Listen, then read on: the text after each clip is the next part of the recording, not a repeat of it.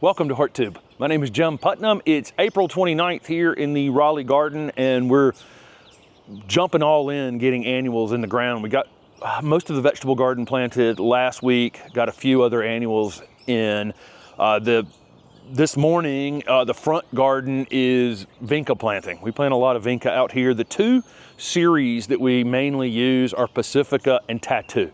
Any of the colors that you would like in the Vinkas that are in those two series are fantastic. I'm sure there are other great series of Vinka as well, but those two have really proven extremely reliable for us. There was a period of time where, Vinkas had some issues. It seems to be, there's a lot of plant breeding going on out there in the annual world to recover from, like in patience having downy mildew, there's now downy mildew resistant in patience, so on and so forth. But these two series of Vinka have been so good for us the last few years. Steph and I jumped in, and in this front little, basically perennial border with a few evergreen shrubs out here, some agave, some native perennials. We'll plug in some annuals into these types of spaces. A lot of times where we're waiting for something else to grow and fill in, we'll plant annuals in that spot. So, Steph is focusing in on a couple of these Vinka plants that don't look like much now, but by the time a month and a half passes, they'll be a foot round and absolutely full colored. These are not the most desirable things to the pollinators. They just don't visit the Vinka, but we have, between the cone flowers and the other perennials we have out here, and perennials planted and other annuals planted everywhere, there's plenty of things out here for pollinators. The Vinka's more for us. It's so colorful, so striking, and zero maintenance. And it basically covers the space that we don't have to weed while we're waiting for this boxwood to get bigger or waiting for something else to fill in. They're the perfect little fillers. We're lucky enough to be able to go down to some place like Big Bloomers and buy them in 4-packs, or if you have the opportunity, also a lot of these we start from seed as well. Some of these will actually seed themselves into your garden. You can decide the next year whether or not, how many of those you want to keep in place, because we already see some Vinka germinating from last year. So in a space like this, where it's just a mulched garden space, we'll take about a half a trowel of compost. We'll pull back the mulch, take about a half a trowel of compost, so not much, and mix a little bit of that compost in, plant that Vinka plant, and then pull that mulch lightly back up to it. And we find that for these Vinka, that works absolutely perfect. And they'll fill in every one of these little gaps that we have in between the other perennials and the shrubs. If it becomes too shady for them, they won't do well there, but they'll search for sunlight. Coming around the other side of the fence, this section here has been a dedicated annual bed since we started this project. We're going to convert the middle part of it, where the yellow pansies still are, to perennials, and there'll be a perennial video going up in the next few days of some perennial things we have going in. We're leaving tulips for us most of the time are annuals, but we get enough of them coming back that we don't tear them out. So Steph came through and cut some of the tops of the foliage off, and that's fine once they had finished blooming out. We left the foliage up on them for a little while and then just gave them a haircut across the top. They'll die back to the ground over the next month or so. And in between, on this side, we planted a single color of Vinka. That is multiple colors out front on the other side of the fence. This is just going to be a single color.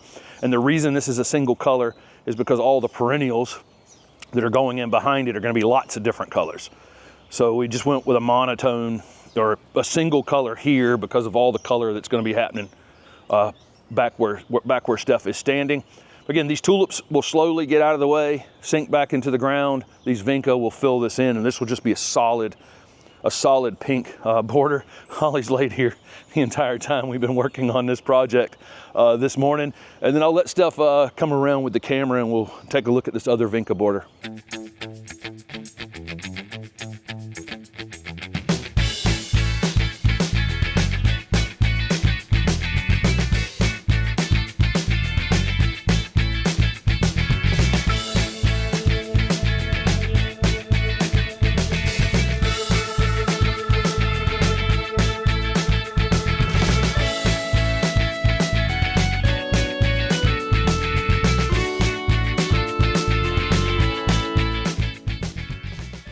Holly got up early this morning and decided that that was going to be the best place to be in every shot this morning.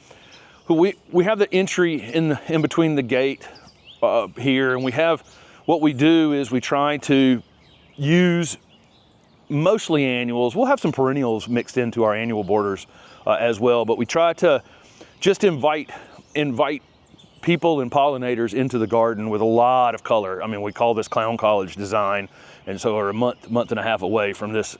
You know, we did the borders over here. There's going to be a change coming here. You'll see that video soon. We're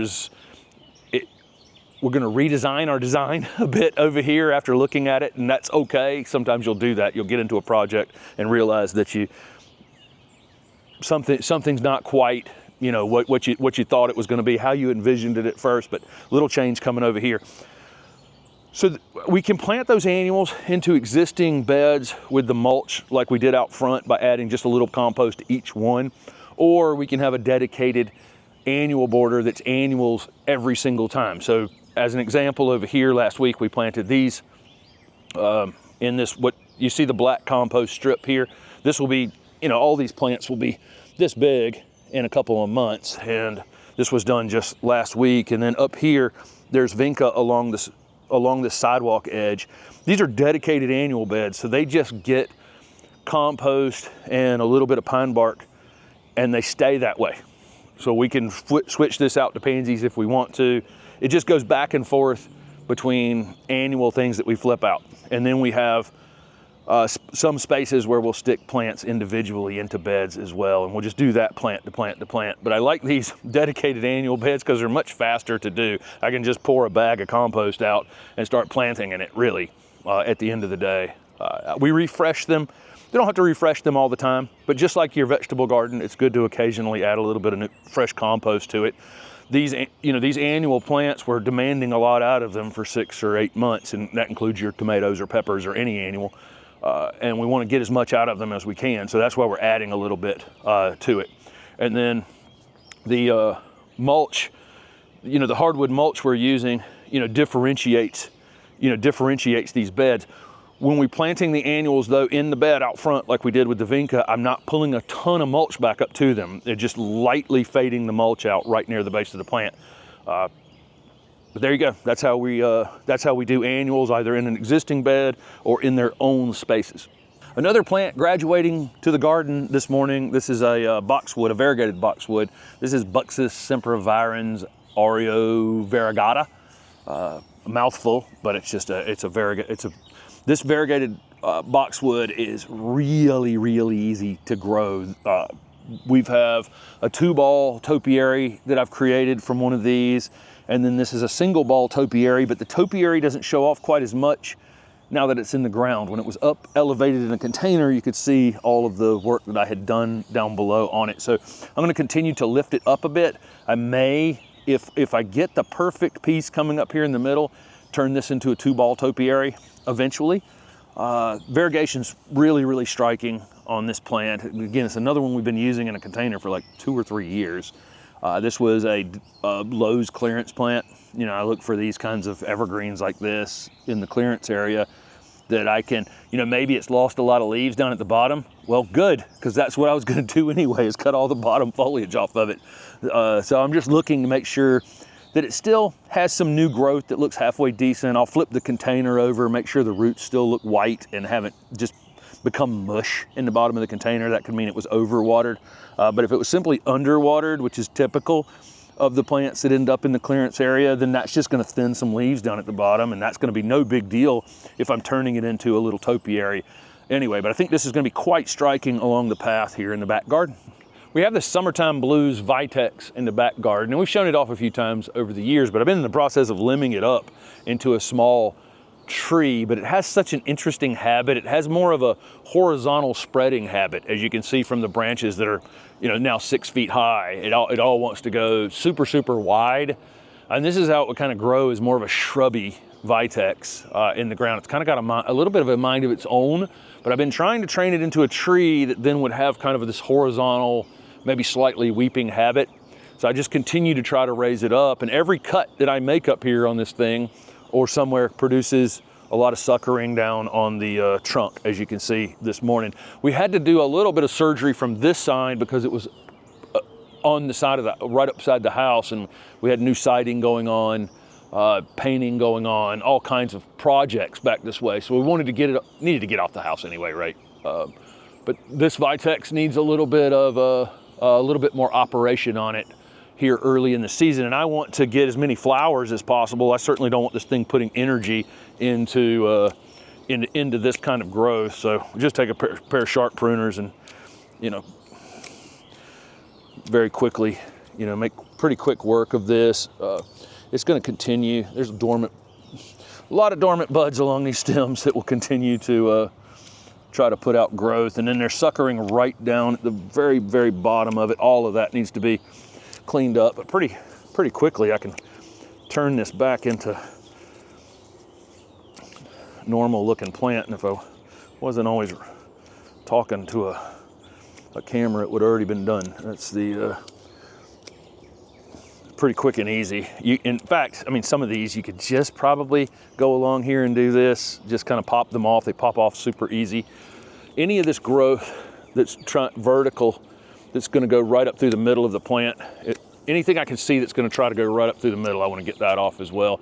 And there's a few branches, you know, it even stimulated some growth up in here, and you know, there's a few too many branches. Every single one of these ends will end in a flower this year, and so I want a lot of, you know, I want a lot of growth up in here, but I don't want it so crowded like this, where, you know, again, every time you're pruning from the top down, which I did to get the housework done, you know, I created all these suckers that are going to cause problems up in the top of the plant.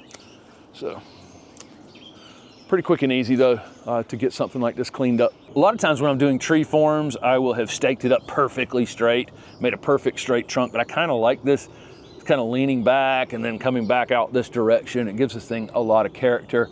It's been an interesting plant to work with. It has a very different form than other Vitex. Other Vitex are kind of rigidly, you know, the limbs come out at an angle like this, and this one, the limbs come out like this, and it's just been a different kind of project over the last couple years. But I think it looks really interesting, and by midsummer it'll be full flower.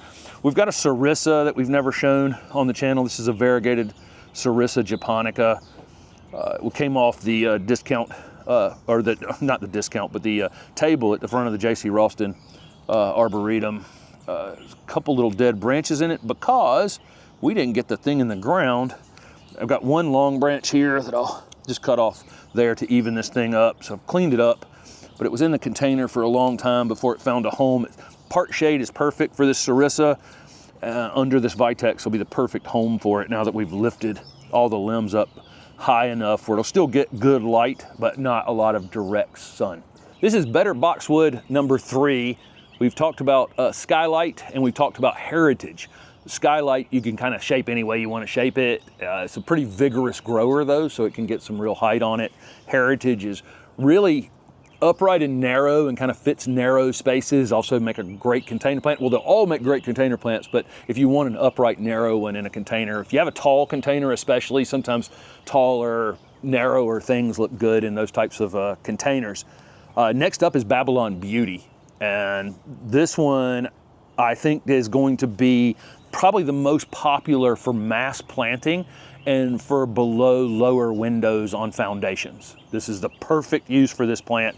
You see how just really tight and compact it is. We've done nothing to it. It's been in the ground for coming up on a year, I think. It was a much smaller little full 1 gallon plant. So it's grown pretty vigorously, but this one's going to get max probably 3 feet in height and more like 4 to 5 feet in width ultimately. Again, it's a boxwood, so you can keep it whatever size you want to keep it, but this one's going to have that more natural low doming habit that sometimes fits foundations, especially under windows especially.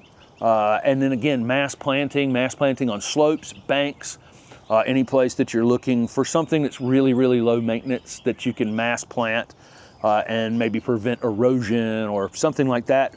We tend to use one of this and one of that here in our Raleigh garden. So we, typically boxwoods you're going to see more mass planted, and we have a project coming up down in Wallace where we're actually going to be doing a slightly more formal entry to what will be an informal garden, but it's going to have a formal entryway, and we'll be using some boxwoods and some other plants that can be turned into formal hedges for that project. And better boxwood will be in that project. But I think Babylon Beauty, again, as a mass planting or one-off, just like this one is, again, these are for full sun, or don't hesitate to put them in part shade. This plant right here is probably only getting about 2 hours of direct sun a day, but then it's bright light the rest of the day, and it's absolutely thriving in those conditions. Again, I could have it on the front foundation out there in the full sun right now, be doing just as well. So this is the third of the 4 better boxwoods. This is Babylon Beauty.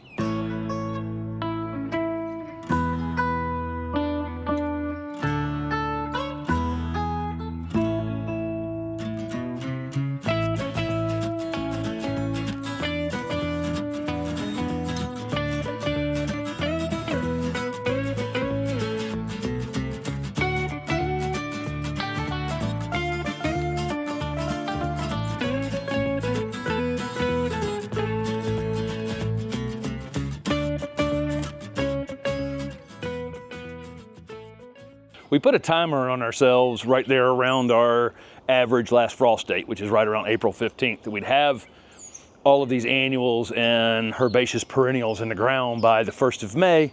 And we got one more day for that, and I don't think we've got a cart still over there that's full of color. So I think this is going to go in a couple more days into May, because May I've had kind of set aside that I was going to get this patio and fence work done during the month of May. Hopefully all the planting parts would be done. We'll never be done planting, but the things that we already had in our possession would be in the ground. I'll say it that way, because I imagine we'll acquire something else over the course of the season. In a video a couple weeks ago, or a week and a half ago, we put in this Lake Salgoon salvia, and there's a bunch of them planted across here. These have been perennial for us so far. We've got a few of them that have come back from last year, and then we plugged 5 different colors of Lake Salgoon salvia. All of them are named after lakes, so they're lake something, each and every one of them. But that was in a video a week or so ago. They're going to get some size on them, right? This whole border right here is going to get be a couple feet in height, but out in front of it, we did some gomphrena from seed. And so we put a white gomphrena, just a few plants right in front of these salvias. And we really like to use white in the garden. For some reason, back when I was selling plants at the farmer's market, sometimes I would suggest white flowers to people, and they go, I don't want white. I want another, they want some other color other than white. But we like to use white in the garden. It really stands out, especially in a shadowy kind of space. As you can see this morning, the sun's hitting the red bud that's leafing out, and the building is completely bright behind me. And we have this big giant oak tree in the back garden, and most of the day, except for a few hours in the middle of the day, there's direct sun on it. But the rest of the day, it's all shadowy. And when you have shadowy spaces like that, these chartreuse color plants, variegated plants, and white flowers, yellow flowers, they really stand out in shadowy spaces. Whereas like purple foliage things, dark foliage things, dark flowering things can really disappear.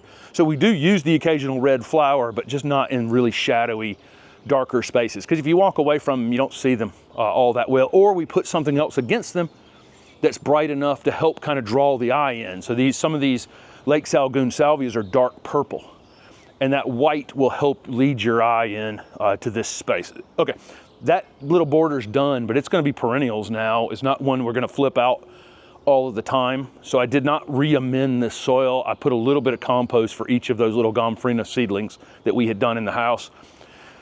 This is we got a problem child in the garden, and it's the sedum that's planted below the palm tree.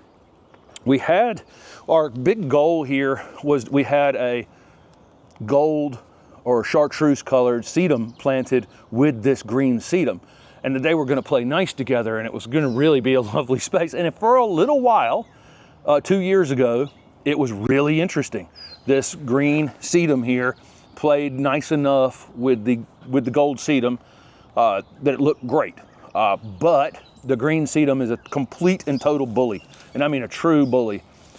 It's on a time clock here in the garden. I think we'll leave it here at the base of the palm this season, and then I think it's going to be removed. One of those things, I think, when you have one of these bullies in the garden and you're kind of able to keep control of it, which I am right now, I'll leave it. But I know that there's a time limit on that before it's going to get out of here and get in places where I'm really going to struggle to get it out later on, or maybe, you know, I'm not going to be here as often, whatever's going to happen. So I definitely don't want these bullies in the garden. It's blooming right now, yellow. The foliage is beautiful. It's incredibly hardy, but it's snuck up here in the front annual border. So I had to get that out this morning. That's what this bucket of sedum is. If you want some of this, here it is. But be careful. We have a lot of other ground cover sedums in the garden. Probably, I don't know, 6, 7, 8, I don't know how many. This is the only one that's truly, I don't know the name of it, but anyway, it's got to go eventually. This front border here, we put a bunch of bulbs in it for I think we planted them back in December, and it was very, very showy here during the spring. We're going to let that foliage die back over the next few weeks, but I came in here, added a little bit of compost back into this dedicated annual border. This is a dedicated annual border, so each time I replanted, I add a little bit of compost, general compost to the whole bed, and then we came in here and planted these Pentas. These Pentas are, one of the series is Graffiti, and the other one is Be Bright. Is that it? Okay, Steph is saying yes. Be Bright and Graffiti. This has been 2 series of Pentas that have been really good for us if you can find those anywhere. We were able to get these at Big Bloomers in 4-packs, which is also something that we're looking for. But these Pentas have been great. They'll get about this tall during the growing season. At some point, we'll cut them to make them, kind of force them to rebloom. The Pentas have a thing like Angelonia where they bloom like crazy and they have tons of pollinators on them, and then all of a sudden the pollinators are kind of gone. It seems like, but they keep the flowers, they keep the showy part of the flower. So once the pollinators we see the pollinators kind of decline on them, we just come in and cut them. Same thing with any Angelonia that we're using. They flush back out and they're blooming again in just a few weeks. But really, really low maintenance. You know, lots and lots of color. We've done this on a few things already. The Vinka that's out front will require just 0 maintenance. There's 3 different Vinka plantings that we did in the front. And this Penta planting, super easy. These will get a haircut. Those Vinka we won't have to touch the rest of the season. The Gomphrena, super, super easy. We'll probably cut some portion of the salvia, maybe 1/3 of each of the salvia about a week apart during the season to keep them kind of squatty and full, but we won't cut them all at one time. Fertilizing wise, I just do very little fertilizing. We already fertilized the entire garden once earlier this year, back in February. Our dedicated kind of annual spaces, including the vegetable garden, will get another round of some sort of organic fertilizer in the 1st of June, maybe middle of June, maybe not at all. You know, I gauge fertilizing them on what I'm getting out of them. If these Pentas come up and, you know, it doesn't look like much now, but it'll be total, you know, this will be solid color here a month from now. If it's cruising right along and it doesn't seem like they're in need of anything, there's no real reason to be fertilizing them, you know. So we again, this channel's probably different than some other channels that are, you know, using liquid fertilizers to feed your plants. But we've been improving the soil for so long. I just added some of that soil cube humus compost to this space, and they're just not going to need a lot more than that. We've been working on it for so long. So there you go. There's a few of the projects we're pruning, planting, and mostly trying to get color in the ground as quick as possible because we want to get all we can out of these. We're pretty lucky in this area that if we can get them in now, we'll still have flowers on these things until November, as long as we're, but again, I want to get them in as fast as possible because it's much easier to get them established while the nighttime temperatures are still 55 to 60 to 65 than it is once the nighttime temperatures are up in the mid 70s and the days are in the 90s. I won't have to do as much watering on these if I have them established before that. So thank you guys so much for following along. And again, lots more things going in the ground over here over the next week and a half or so. Thanks for watching.